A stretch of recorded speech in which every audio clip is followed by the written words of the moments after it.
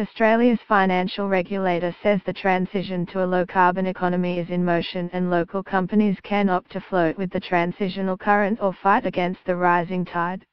Jeff Summerhayes, an executive board member of the Australian Prudential Regulation Authority, told a seminar on Wednesday the transition would be motivated in part by the investments needed to achieve the Paris climate goals.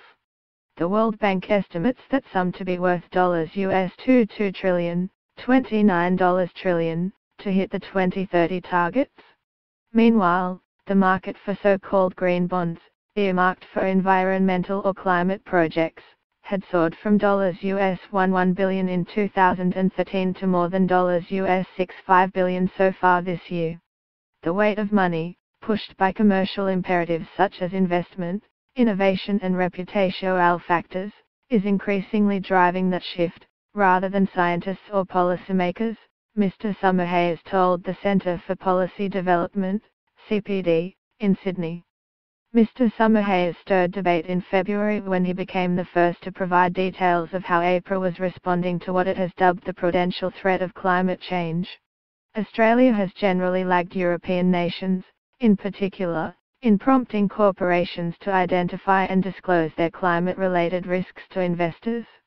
The risks can be regulatory as Paris commitments become enforced.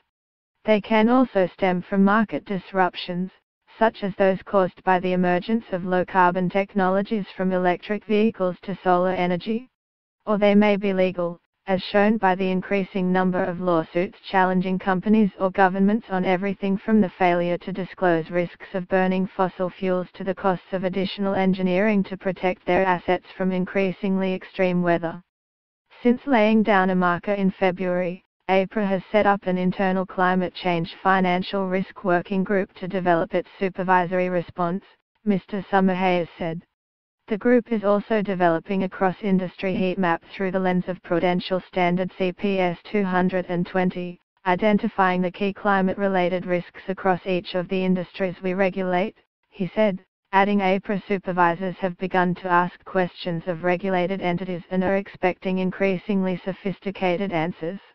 APRA has also begun talks with Treasury, as well as fellow regulators Australian Securities and Investments Commission and the Reserve Bank of Australia, on the sustainability and financial climate-related threats to the economy, he said. Sam Hurley, CPD's policy director, said the speech showed APRA is taking climate risks very seriously by engaging with its international counterparts as well as local ones.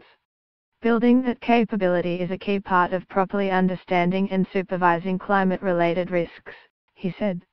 A paper released at the seminar by Mr. Hurley and CPD research fellow Kate Mackenzie called on Australian companies to improve disclosure of the physical and not just transitional risks as the planet warms and weather events become more extreme. They should also be more transparent of the assumptions they use to develop sectoral or regional scenarios, and show evidence they have responded by shifting strategy, governance or risk management.